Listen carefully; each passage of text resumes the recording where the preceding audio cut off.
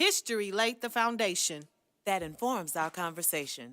Welcome to the classroom. From the church to the streets, and even in the suites, and all around the world. I'm gonna keep it real in the classroom. Fannie Lou's classroom. Fannie Lou's classroom. Fannie Lou's classroom. Good afternoon and welcome to another amazing, exciting, informative, innovative, creative conversation in Fannie Lou's classroom on today. I'm so excited about what we're going to talk about on today. It is a subject that is near and dear to me and many others.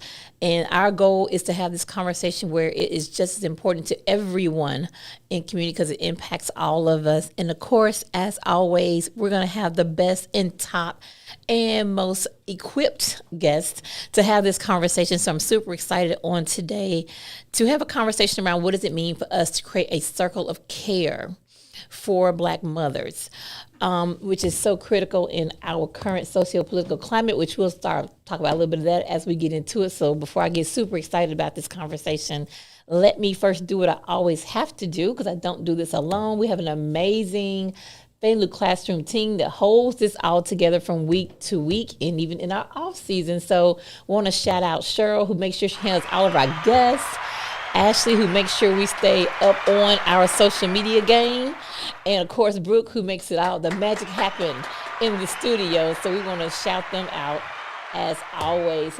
And we have some amazing ministry partners as well who also help us with research and do background work. So very excited about that. So now let me introduce my guest for today. We have Dr. Jessica Dupree. She is a results-driven healthcare executive with over a decade of experience in strategic leadership, operational strategy, and community health advocacy. She's a visionary with a passion for education and success. As Vice President of Clinical Operations and Services for Abide Women's Health Services, Dr. Dupree provides strategic oversight and direction for a diverse range of healthcare services, demonstrating commitment to advancing equity in maternal health and fostering innovation in care delivery. Passionate about bridging gaps in healthcare access, Dr. Dupree has cultivated strategic partnerships with stakeholders, community organizations, healthcare providers to enhance the scope and reach of services. Her dedication to evidence-based practices and innovation has positioned her as a thought leader in program management in maternal health care. Dr. Dupree is a qualified public health professional and earned a Doctor of Public Health degree from Walden University. She holds a certification in public health and is a master certified health education specialist. She continues to stay at the forefront of healthcare advancements through active engagement in professional organization, research, and community initiatives. Let's give it up for Dr. Jessica Dupree. So I told y'all we had qualified sisters up in here today, and Cheryl's in my peripheral, so if you saw me kind of getting ready to bust out into laugh because she was over there celebrating her sister, which we love that because we want to make sure we definitely lift one another up and celebrate each other. So thank you, Dr. Dupree, for being here in Fannie Lou's classroom. Absolutely. Thank you. Then we have Gayle Walker. You're going to see Cheryl shouting again. Gayle Walker, the founder and CEO of Life Doula and former nurse, naval officer, and nanny, would love to share why it's not true why that's not true and how women can enjoy the beauty of motherhood without sacrificing the life of their dreams. Amen. Gayle has been featured on the Lasting Conversations, Black Boomer Besties, and from Brooklyn, and Remember to Live podcast, among others. Gayle is a game-changing, trailblazing keynote speaker who excites and ignites your audience to ditch the drudgery of monochromatic motherhood and step into the fullness expression of their brilliance. When she's not helping clients manage their households and find peace, Gayle can be found moving her body, enjoying global travel, luxuriating at a spa, or having a fine dining experience with family and friends. Get ready to reimagine all that life has to offer. All right, Gayle. Let's give it up for Gayle Walker on Fannie Lou's classroom today. So if y'all haven't noticed, those extra claps, that's not our standard, our little studio claps. That's Cheryl celebrating her good friends and sisters on today. So she's super excited about that. So, all right, let's just jump right in. But what I want to do, I know you received some questions, and we'll get to some of those. But what I want to do first for people is to really just set the context, right, and describe and to give some definitions of some language we're going to be using today, so we can all start in the same place as we use that throughout the conversation. People know what we're talking about. So let's just start with two things I want us to define. Define Black maternal mortality, and then Black maternal morbidity, so people would know the difference. So either one of you can jump in and start this conversation with defining those terms. Sure thing. This is Jessica. I'll go ahead and give you some background and definitions. It's all our world. Thank you. Okay, so when it comes to mortality and morbidity, if you want to keep it really simple, morbidity, think about sickness. Mortality, think about death. So when it comes to Black women and Black maternal mortality, we're thinking about when there's death associated with pregnancy, childbirth, or with a specific postpartum period. So think about in that first year period is when we look to think about those numbers. And then, of course, you have Black maternal morbidity. And so you think about those additional sicknesses or illnesses that will come in relation to pregnancy and all things childbirth as well. Okay. Gayle, would you like to add anything to that? No, that was brilliant and simple. I love it. Perfect. So let's do this. So Dr. Dupree, they want you to pull that mic a little closer. You're going to have too much knowledge you're going to drop today, and we don't want to miss any of that. So that should be good. Yep. Okay.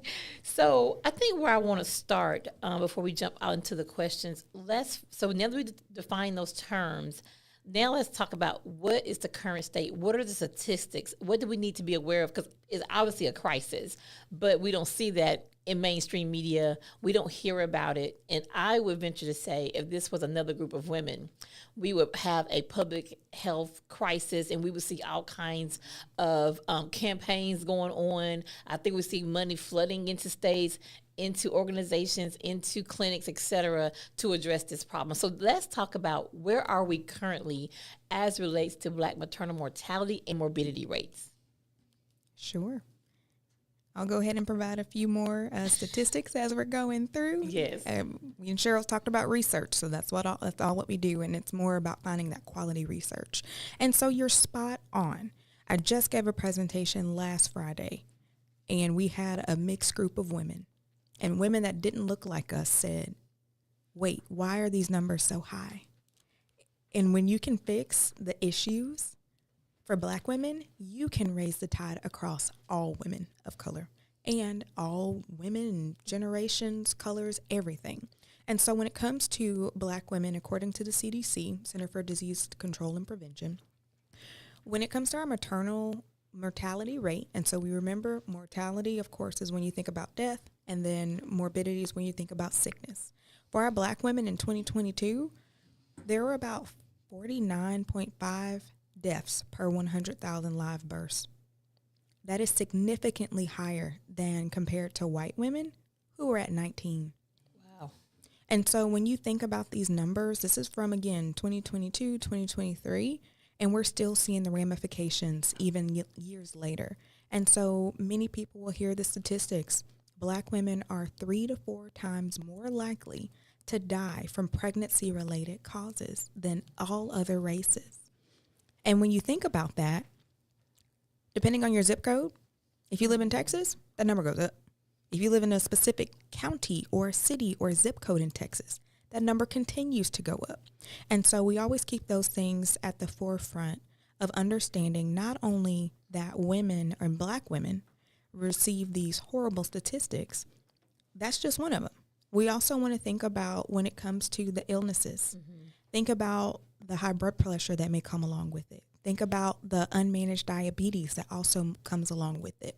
And lastly, what's more important to know is how many women aren't receiving any prenatal care. We've looked around the different counties that surround us, and we were able to see that maybe 30% of women will seek adequate prenatal care.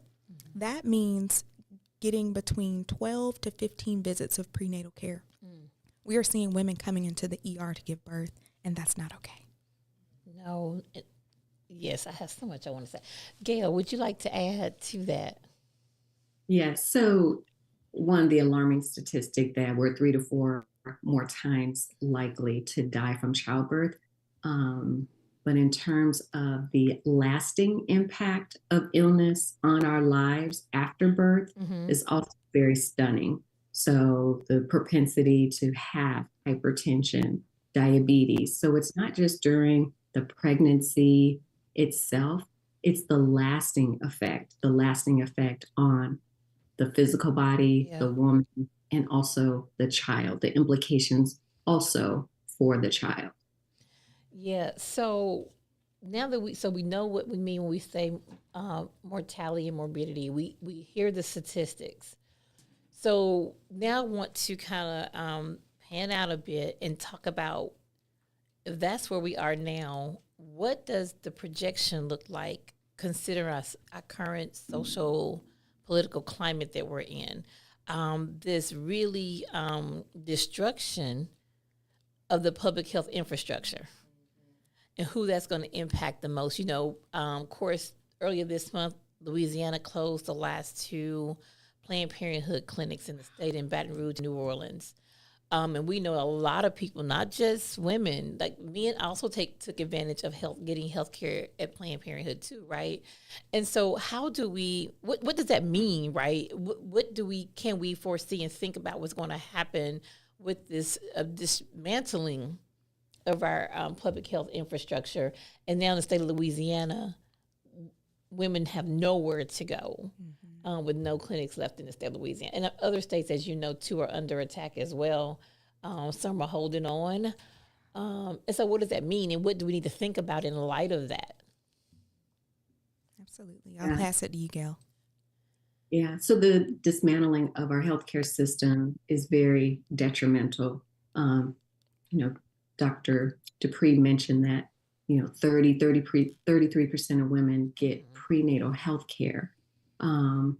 And oftentimes the only time people of color get health care is when it's an emergency.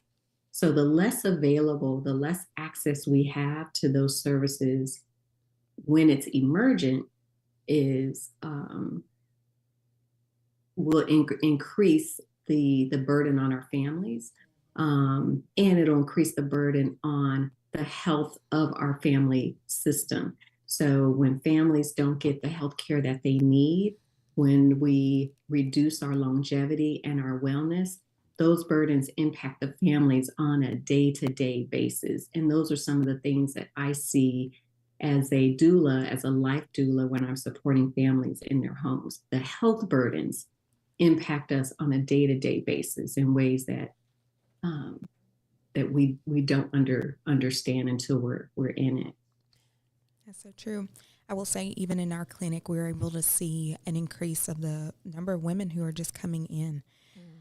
One, it always tells us that what our services are providing is a need.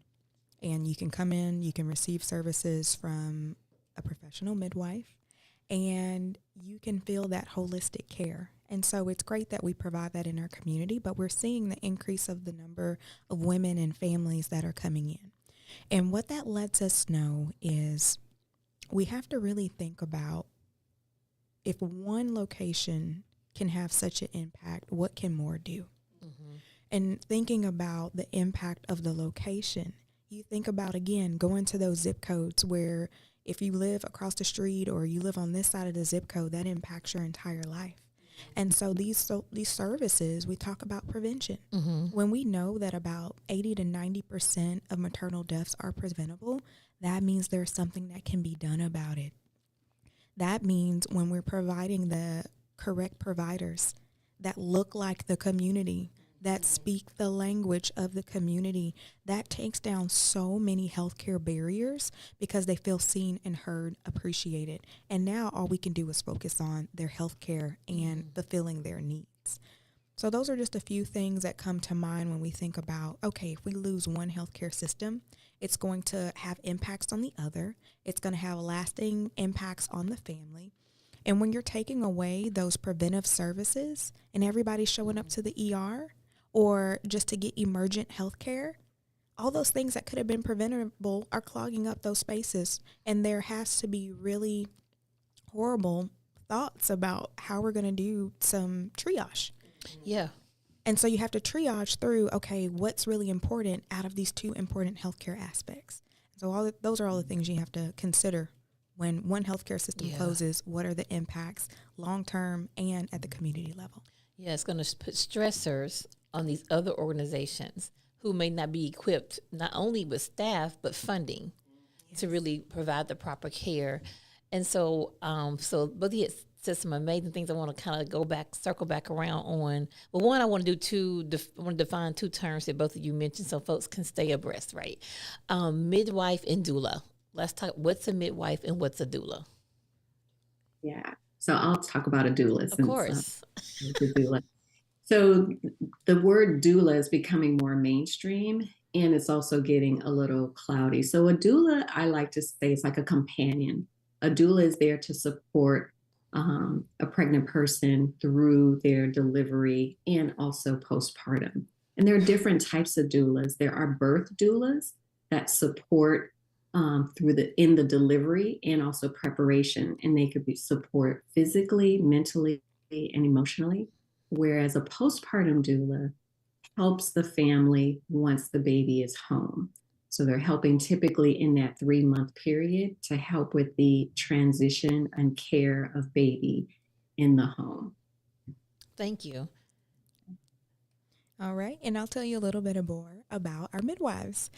So when it comes to our midwives, they're trained professionals who provide that comprehensive pre-pregnancy, prenatal, birth, and postpartum care.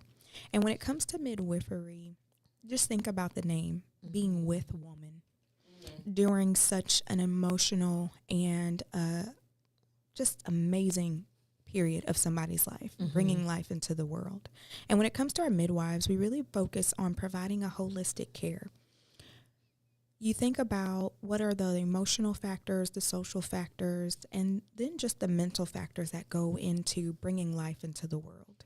And our midwives are also trained to provide less interventions when it comes to providing medicines and things like that. We really want to focus on how can we manage pain, how can we manage thoughts, and how can we manage the mental aspects of birth through all of these different measures without so many medical interventions. And so when, women are coming into our clinic, they'll come in, they'll see our midwife, they're going to talk about how far along are you? They're going to do measures, and they're going to find those fetal heart tones. And then when they're with the mother during the pregnancy and through the birth period, that's when they're going to be there. They're going to be the ones that catch the baby. And then at the end, they're going to weigh the baby. They're going to check on mom. They're going to check on the whole family. And so when it comes to that midwifery care, although we're with mom, we're with that entire family. And so those are some of the examples of the midwifery care model. Yeah, and that's not new to Black communities, right? That for most of my grandmother for sure, her mother and such, that's how they were delivered, right? Because they could not go to a hospital. It was a midwife. This is very much cultural for us, as well as a necessity for us to increase our survival rates, right? To have a midwife, to have a doula. So, Dr. Dupree, you were mentioning that the level of care you might receive can be based on your income, your zip code, et cetera. And I think it was Dr. David Daniels of Harvard who did a lecture. I think I heard him for the first time in Trinidad, perhaps. He was doing a lecture. And it's always stuck with me, and in all of my research in different areas of justice work, I find it to be true, that he said that place matters. It does. And that he did a study in that it was your zip code and not your genetic code that determined your lifespan. But when it comes to, just in my research and reading, when it comes, though, to Black maternal mortality and morbidity rates, I have found in my reading that your income level, your education level, if you're a Black woman, does not shield you from experiencing the same thing that another Black woman who may not have graduated from high school, who lives in, in a part of town where there's lack of resources, that they equally have a chance of receiving the same level of care or not care. Right. Do you find that in your particular area of work and in your research to be true? I've seen it in the research to be true. Thinking about even classes, we go back to this classic example, even if you take birth out of it. What happens when a Black woman is successful in her community? Mm-hmm. Everybody's looking for her to be successful and help them along the way. The Black debt is real. Yes. And so you put those stressors on, and then now you're going to go in and add in the pregnancy piece. You add in that pregnancy, a woman is already stressed out. She doesn't have the infrastructure that's needed to bring a life into the world. Mm-hmm. Even if she does have the financial means, the background, the education, money can't buy everything. Money can't buy you community. Right. And then most importantly, money can't buy your healthcare providers cultural competency. Correct. And so in our healthcare system, there are elements of racism, and thinking about all the way through the medical schools. We have to think about educating our new doctors on more holistic care, and to know that people's culture and their genetic makeup and their ethnicity has a part in their healthcare. I love taking a course in medical anthropology where we study how different cultures do medicine. And it's so important to understand those cultural factors. And so you think about, if everybody says, well, we take cultural training, that is excellent. But what are your practices that are implemented in your healthcare system to make sure that although we know we're going to provide everybody the same quality of care, but you also have to make sure that that care is also culturally competent. Yes. And so those are the factors that continue to add to those stressors. Gayle, did you want to add anything? Yeah. The one thing that's really coming up for me strongly is that oftentimes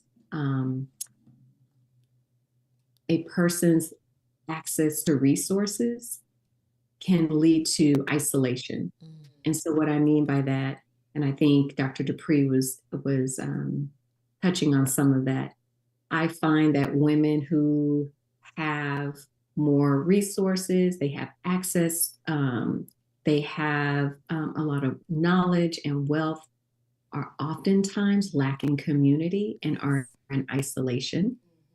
And so that creates risk for them.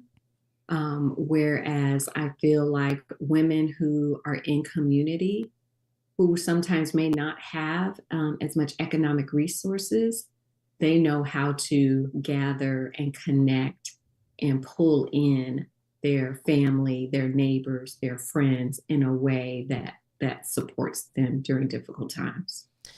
Yeah, and when you both were talking, what popped in my mind was Serena Williams and Beyonce, who I would argue have community and unlimited resources and access to the best doctors in healthcare. And we know their birth stories. We know how Serena had to be a strong advocate for herself continuously because she knew she didn't feel right. So that's what sends up a red flag for me. Because I always say, what does that mean about us everyday Black women? Right? When you have not just the most recognizable entertainer or athlete, but just most recognizable Black women in the world, and to be dismissed. Right. And so kind of lends itself, and now I'm thinking about another, and you touched on it, Dr. Dupree, another layer to this is, because I think for me, it's deeply rooted.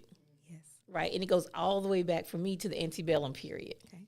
Right? When we were, and I still argue, we're not still seen as fully human, and that shows itself, to your point, the lack of cultural competence, and sometimes it's you don't want to know.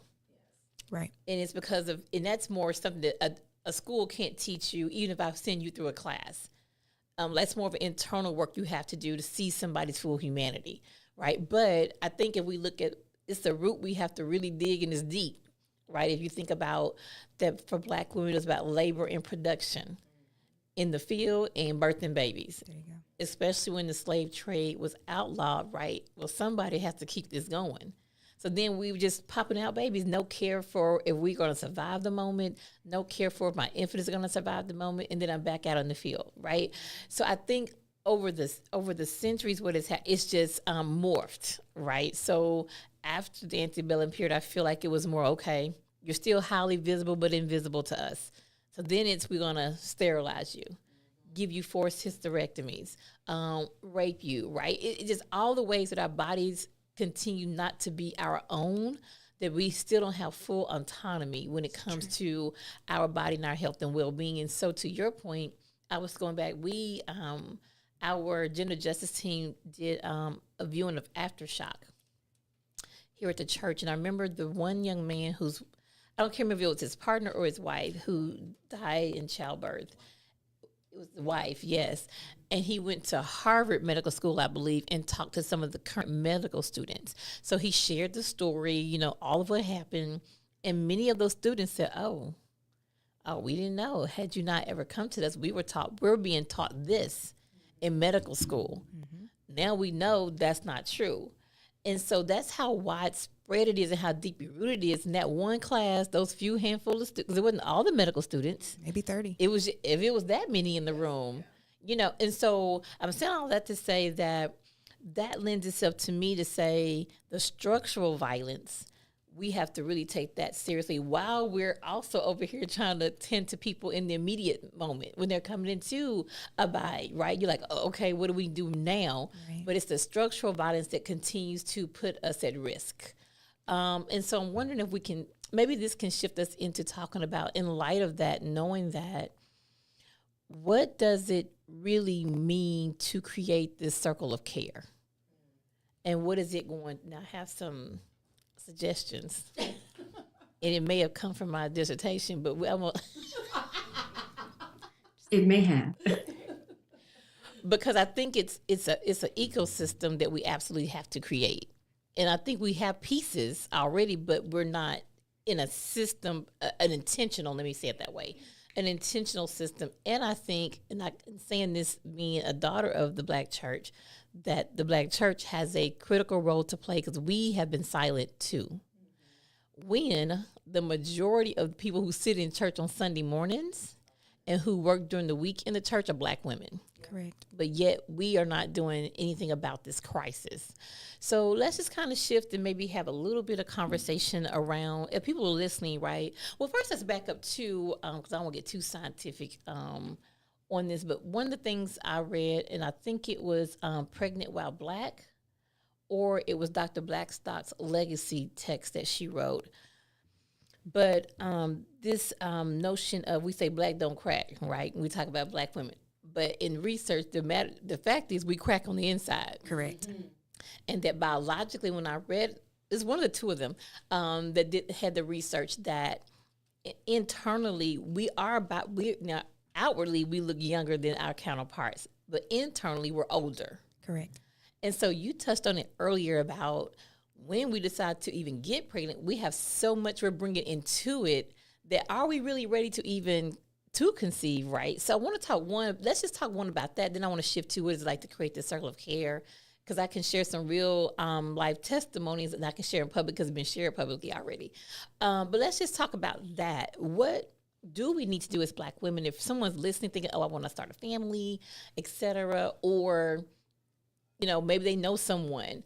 But what can we talk about? What do we need to do to get our bodies prepared and ready to even conceive, carry, and give birth? Absolutely. A few things, many things. And so if I had to break them down, I would say your physical health, your mental health, your social health, and then your financial health as well. Mm-hmm. When it comes to your physical health, you might want to know your numbers. What does your fertility already look like now? Talk to your mom. Talk to your grandmothers. Mm-hmm. Hey, mom, when did you start having menopause? Then go back 10 years and see if you're 10 years away from where she was when she started having menopause, because perimenopause may have a factor into it. Maybe start working with a nutritionist, especially if you have health care. See if that can be covered, to understand if there's different foods or if there's different ways that you can go about making sure you have a preconception body. Then also, if you are using any type of hormonal birth control, you need to understand the impacts that that's having on your fertility, if you need to be off of that for a while before you even start to try. Understanding the mental health aspect of it as well. You really have to get close with God, and you really got to get close with yourself to understand, am I mentally in a space where I can think of someone outside of myself, where I can live with my heart beating outside my chest? And what does it mean to be a parent in the world that we live in? And then you think about from a social aspect. Gayle touched on it earlier. We have to have community. I need somebody who's going to be able to look at me and know when my hello is off. Yeah. If I answer the phone and my hello is not at the high pitch, you need to come check on me. And you have to build that circle of community, because when your baby gets here, that's great. I need friends who are going to check on the mama, who's going to make sure I'm fed, I'm changed, make sure that my mental health is great, that I'm not falling apart. And the more people who know your baseline, the better chances you are that they can understand when something's off. And then, of course, financially, what happens, everybody, it's okay, I've done the working out. I've ate the right foods. I did all the things. Okay, now let's go. What does it mean if you have to finance your fertility? Do you know what that means? Do you know what it means if you want to delay your fertility? If you want to freeze your eggs, do we know how much it costs to store, unfreeze, all of those aspects that go into it? Also, do you know what your options are after? Do you want to go under, through surrogacy? Do you want to use IVF? Do you want to adopt? And then you have to know, what are my options at each of those financial areas? So thinking about the physical, mental, social, and financial factors that you need to consider before thinking about conception. Yeah, that's good, Gayle. It's good. So the two things that come up for me as we have this conversation is intention and preparedness. Intention and preparedness. And that's where I think we struggle. There's a desire to have a family and a baby, but there isn't intentionality and there isn't preparedness. And because it's such a very natural human thing, we take for granted the amount of preparation that's required to have a child. We take for granted our history, our health, especially when we're younger. And so we find ourselves not being prepared. And so those are the two things that I would add to this conversation, people to consider. What is it do I really want, and am I prepared? And when I don't know the answers, who am I reaching out to for sound wisdom so that I can be prepared for this thing that I desire? Yeah, and Cheryl, I don't know if you remember when Dr. Kyra Brown from UTA and Misty were here. I think it was Misty who made the comment, and I was just shocked, right? She said most pregnancies are not planned. Exactly. I said, oh, really? Yeah. In my mind, I'm just thinking, we know how you get pregnant. Right. So if you're not, unless something fails, but for them, right. I just didn't know that, right? So you all are saying, well, here's the things you need to consider. It gives us pardon the pregnancy pause, right? Yeah. There you go. And so it fits here, right? Well, wait a minute. Okay. But if it's not planned, I'm always wrestling with that because I hear what both of you were saying, and it makes sense in this world that we live in, particularly as Black women. Right. So sometimes we don't have the luxury of, I'm pregnant, so everything's going to be great. I'm going to have access to this. Someone's going to see me and see my full humanity, do all that needs to be done to make sure I'm well taken care of, all the things. So it does cause us to say, okay, let me pause for a moment and think about this and prepare myself. And it's also those around me. Correct. Right. And to your point, so I had a good friend who, after her daughter's already graduated from high school now. But to your point, when she gave birth, we went over there, I don't know, the baby may have been 6 months maybe. And we walked into her house. I was like, something's not right. Like, she was one that was always put together. We know your pattern, to your point. And I was like, well, if we come over here again tomorrow, right, and it's looking like this again, it was just a lot of things that were off in the house with her. So, but she was going through, but, now we know it was postpartum depression, right? And so that's when I started really thinking about, man, we have to find something to do where someone is intentionally, we know your day is this day. today's the day to check on so-and-so, as opposed to it just being like, let me go check on her. It's very intentional about the full circle. And then we have Dr. Michelle Norfleet, who is on staff here. We had her, actually, her and Cheryl share their stories on a Wednesday night. We had the AFIA Center. We had representatives from Ms. Marsha was here, and another young lady from the AFIA Center were here. And I remember Dr. Norfleet telling her story about all the rainbow babies. Yes. And when she finally was, Paisley is, listen, what, 5 going on 50. Yep. But she was saying how, all the rainbow babies thought she would never be able to have a child. And she finally got pregnant with Paisley. And she had now she did create I think through all of that, she eventually created a circle of care of people. And then she said, I don't feel right one day, right? And she went to the doctor. It's like, oh, don't worry about it. It's just this. She was like, I'm not listening to that this time. We're coming to the hospital. And they did an emergency C-section when she got there, right? So it's, to your point, it's who can be around you to tell you, no, we're going. Because you got to have some people who are attached to you, but they're not so attached where they can't be the reasonable thinkers. Because if you're worried about your child and your husband is kind of on 10 too, you need somebody else. You need an advocate. You need an advocate, and build that into, your circle of care. And it just made me continue to pause and say, man, we deal with so much. We deal with already microaggressions and all the things that it comes to being a Black woman. And then we get ready to have a child. It's like, now we have to think about a whole nother set of things. If we're thinking and planning ahead, we have to think about, let me get all these things in place just so I can have a child, right? Where others, not all the thinking they have to do. So, so let's talk about how you mentioned an advocate is one part of that circle, but I think there's some other pieces to it as well. So let's talk about what are some other parts of, I think we talked about why it's important to create this circle of care for Black women, right, before and after pregnancy.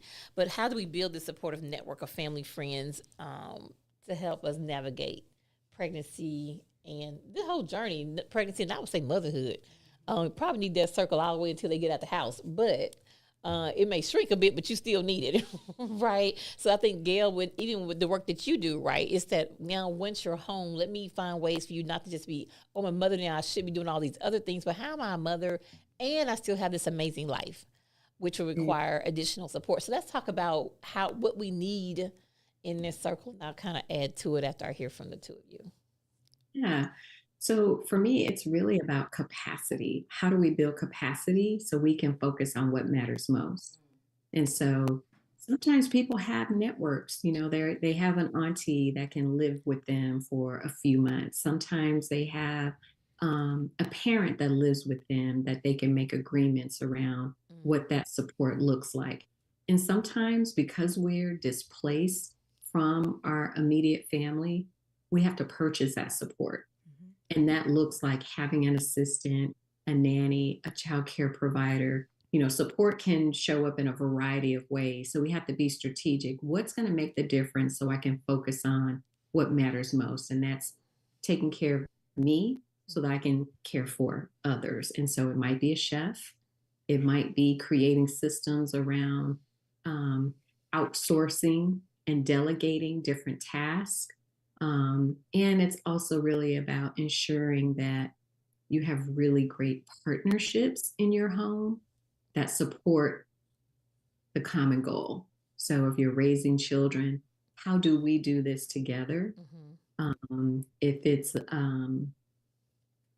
if you're solo, it's like, who do I partner with to help me in my home, with my children, with my child? And so sometimes those resources need to be purchased. And I know a lot of people are like, oh my gosh, that's too expensive, this and that. And sometimes just 4 hours a week getting support can make the biggest difference, especially when it's consistent.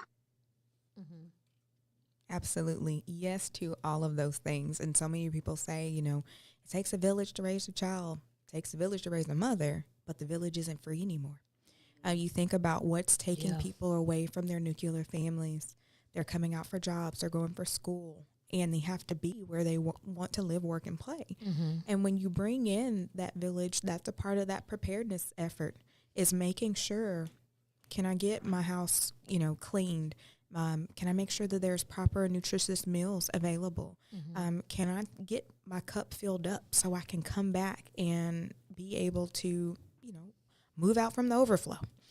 And so all of those things considered, thinking about the demographics all the way between and through, well, like you said, that may sound expensive. Well, when was the last time you showed up for your friend who, without asking to say, hey, I see you're having a hard time, you go do something and I can watch your child, or let me cook for you, or even my friend group, hey, let's go half on a chef because it's just us, so we can't eat all this food. Right. What are some ways to, although some of these, solutions may have a cost, what are some ways that you can show up either for your friends, for those who are in the same space, or finding that community where you can either share these experiences? And so we think about maybe kind of pooling together resources. If we're all going to go out, or we have one of our friends that's going to watch all the children, and we just rotate.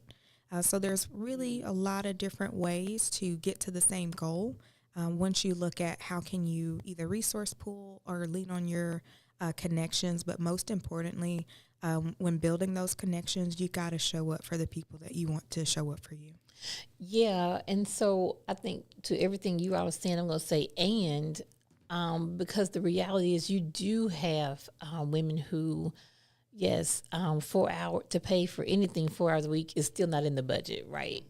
And so this is where I feel where Black churches and other perhaps organizations can fill in that gap, right? So how does a church create, and I have a way they can do it, churches should create like this opportunity for people. It could be, your senior adult ministry who's available, who probably love to kind of babysit, watch children. So I think it's also we have to be resourceful in a way that we create that kind of care that people need who can't afford it.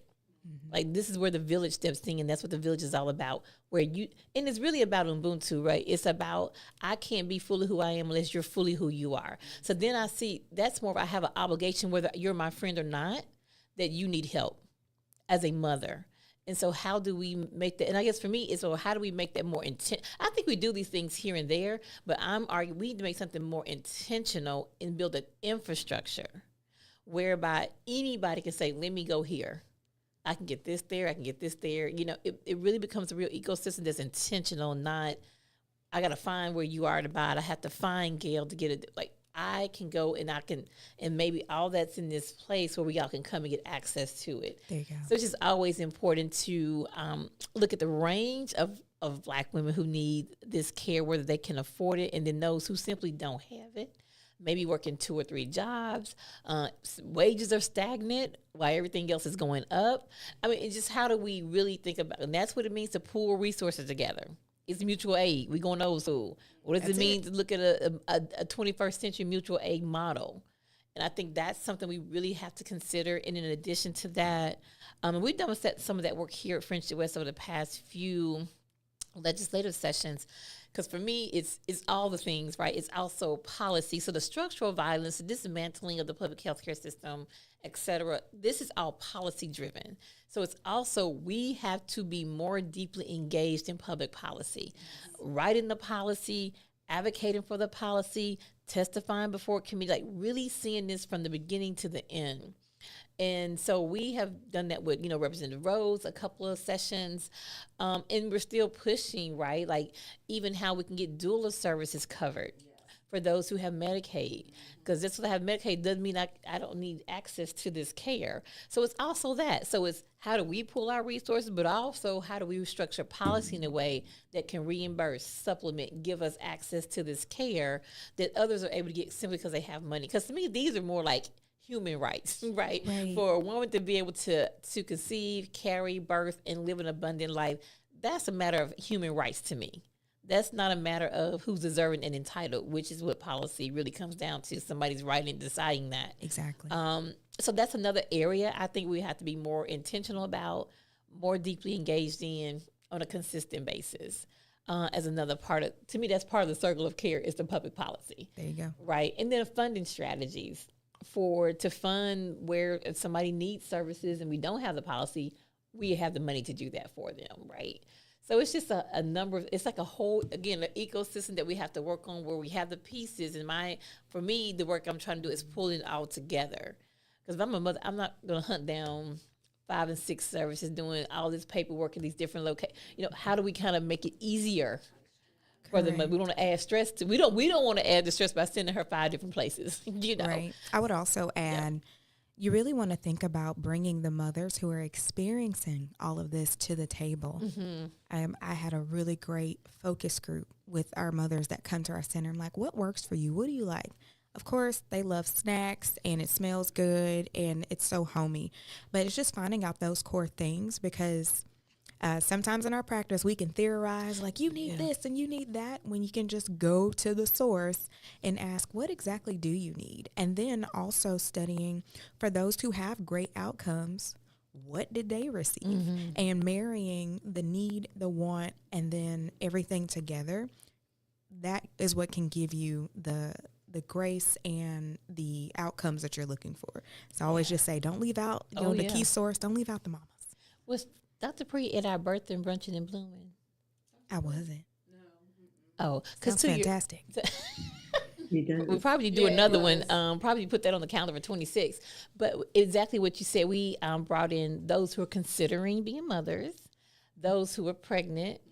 Was it people who already given birth? I can't remember. Yes, and then just the family. And we invite the family to come with them. Beautiful. To do exactly what you're talking. Well, first was give information, knowledge transfer, but it was also to do we did a survey, like to your point, like what is it? So because to your point, you have to talk to the people, and then then you get it sometimes through these conversations like we had on a Wednesday night where women would say what happened, and then from that I was sharing with Dr. Norfley and Cheryl after they shared their testimony. My emails and my phone just kind of blew up with people saying, this happened to me, or now the brother in the ministry now. I can't see just because It's a brother in the ministry. He came, now he's kind of like, what can I do? Because his wife died in his first wife died in childbirth. And so that child that was born, she may have had the baby by now, but when she got pregnant, even though she was married, he went to every appointment. He knew, because he knew more from what happened, right? How to be a better advocate, because now he's like, no, this won't happen again. So I'm saying all that to say, when you open up the conversations, then you get some of that just through people telling their stories.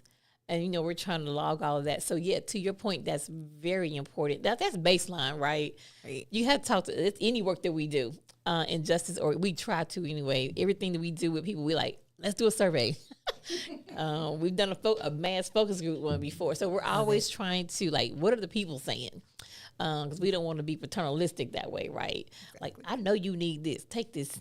But then some things we know we have to do, like policy, that's like a no-brainer, right? Because that's just more how we structure a more just and equitable society that we have to engage in. So, yes, thank you for adding that, because we definitely have to do that as well. Gayle, do you have anything else you wanted to add? So I love the conversation about the ecosystem. I think that's really crucial.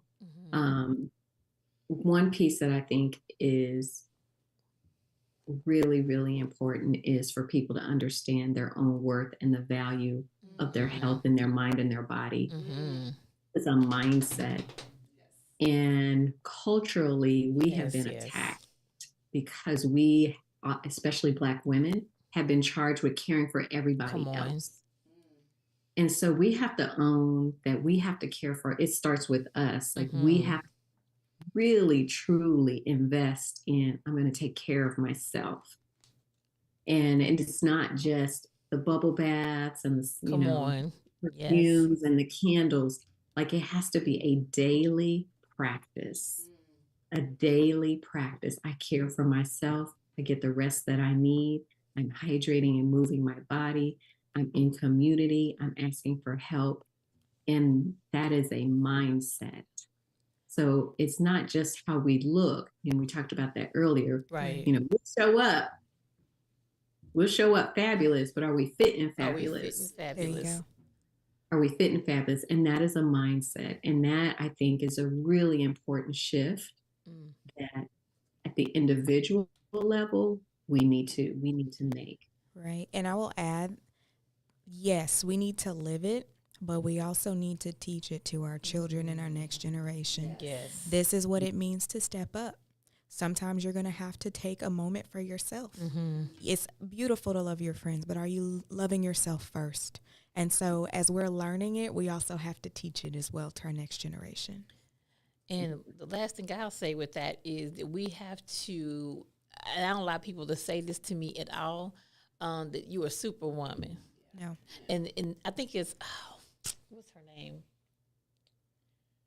Can't think of her first name, but she did the work around the superwoman schema of how that has killed Black women. Because we have, we're a strong Black woman, right? No, absolutely not. We don't carry that label because that puts us in a position. And that adds to people saying, well, you must not feel the pain. Like it adds to how when you go into these spaces to get health care, this notion of, well, you strong. You can carry all this on your back. No, we can't. Right. And so she does a wonderful job breaking that down, this whole superwoman schema of how we have to reject that and the damage it has done to our bodies. To your point, Gayle, like we show up, but how are you showing up really? Like I said before, we don't crack outwardly, but research shows inwardly, like there's some biological things that shift in our bodies that break us down more than other women. And so, to your point, is not the bubble; it's your mental. Sometimes, like forget the bubble bath. Have you done something to clarify your mind so you can have a clarity of thought that then can lead you to make better decisions in other areas, right? And so, obviously, that's diet related because I can always tell when I'm eating bad. I can tell my thinking. I know when my thinking is. I'm like, oh, what did I eat last week? Oh, I was in Chicago and I ate all kind of stuff. I ate everything I wanted to eat in Chicago, right? I'm like, I just feel off. And so sometimes I'll eat something and I'm like, I feel like tired. Cheryl said, you just had French fries, you had that hamburger. I was like, that's what it is. And so, but sometimes you're not aware of, you just think, oh, I feel this way, but you're not relating that to what you're putting in your body and what you're watching. Consuming mentally on social media. And God knows if you spend too much time on social media as a Black woman, it could kill your mental. Easy. And it won't take long, just the constant, and a lot of it I know is also bots that are saying these things, but we're not taking the time to say, oh, that's not a real person. It's just constantly coming at us. So again, it also lends itself to why we have to have a strong circle of women that we can really talk to who love us for who we are, right? And through all of our stuff. So yes, I think that's important. So thank you all so much. As always, time always zooms right past, but we need to think about doing a part 2 of our brunch and Birthin Bloomin, and Gayle, bring you in for that, to be a part of that. Cause we talked to them. We also had resource tables available. That's why I was like, you weren't there. So you have to make sure you're there next time, but we probably should think about doing that. And I'm saying it particularly with these cuts that are going to, and I'm thinking about, if we get to, looks like we're going to get to November with this shutdown, and what does that mean for even more not just access to care, but food, which impacts health. Yes. The ecosystem. Right. Because everything is interconnected. None of this stuff stands alone. Correct. Like the intersections are there, like it's interrelated. So I think we probably should do another one of those next year. So we'll definitely keep you all posted, because I would love to bring you in to be a part of that conversation. So what I want to do now, before we end this segment, I want to, both of you, just talk to people about Abide. What does Abide do? Where they can find you and connect. And same with you, Gayle, being national, helping out the women that you come in and help them get things together in order. Talk to them about where they can find you and what services that you offer that women can take advantage of. Absolutely. So we, of course, are Abide Women's Health Services, and we're located right off of MLK in Atlanta in Dallas, Texas. And so we provide prenatal and postnatal support all the way up through 6 weeks postpartum through our team of amazing, compassionate midwives. So outside of that, we do provide childbirth education classes to those who want to know all things about birth, pregnancy, and childbirth as well. So we provide those services, and we have also expanded to Tarrant County through our mobile clinic. So we're excited about that. So that's a partnership with the Center for Transforming Lives, where we have our mobile clinic Monday. And of course, you can find us at abidewomen.org. And you can also find us at Instagram, abide_women. I'm going to follow y'all right now. Yes, let me get on that. All right, Gayle. Yeah, so the best place to find me is on Instagram, My Life Doula. And you can find me on the web at mylifedoula.com.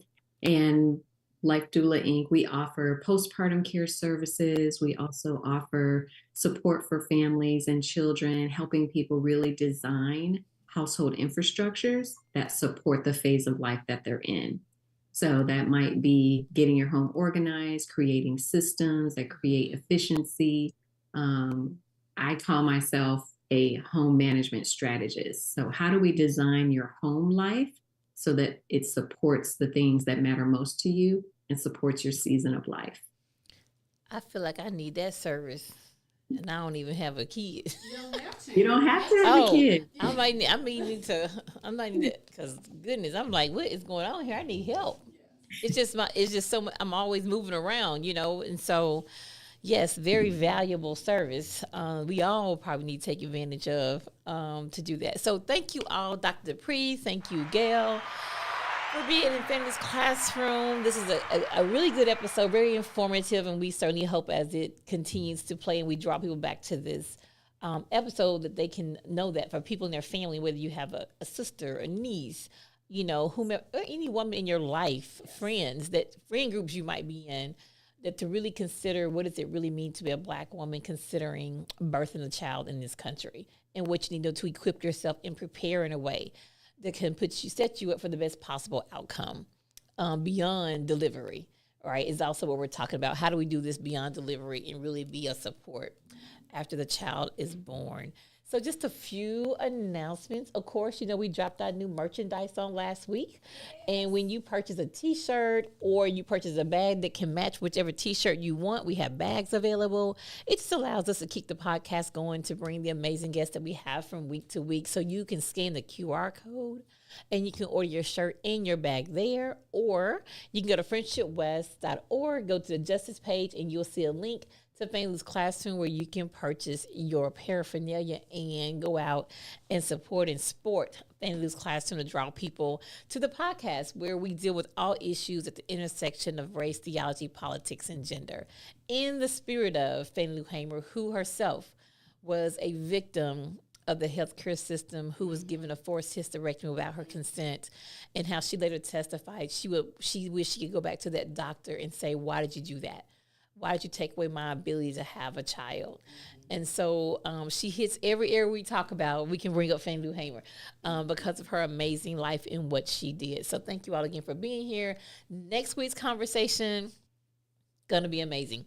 So, we do a lot of justice work. A lot of justice movements are happening. In the light of the times we're in, we're going to have to pick that up a notch, where we are making sure we do our part to stand firm and continue to push for a democracy and certainly for justice and equity in all of our systems that run this country. And so we're going to talk about arts as a form of protest and the role of arts in many movements to get our messaging out there and to draw people in, to touch people to their hearts, like what matters to them, for them to be engaged in what we do.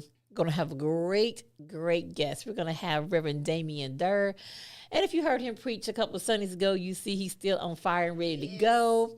And we're going to have Dr. Michelle McGee-Norfleet, who is amazing, trained, and she really understands art, as well as Minister Saul Gates will be with us. So it's going to be a great conversation, a fun conversation, but one that we need to have. And how do we begin to use our art? Because right now, a lot of our entertainment, our songs, our messaging is not uplifting, at least was pushed on mainstream. We have conscious art. It's just not pushed on mainstream. You have to dig for it, look for it. But we want to find out, how do we create a different echo chamber that gets more mainstream? So we're super excited about next week's episode. So make sure you like, subscribe, and share, and tell everyone to join us next week in the classroom. From the church to the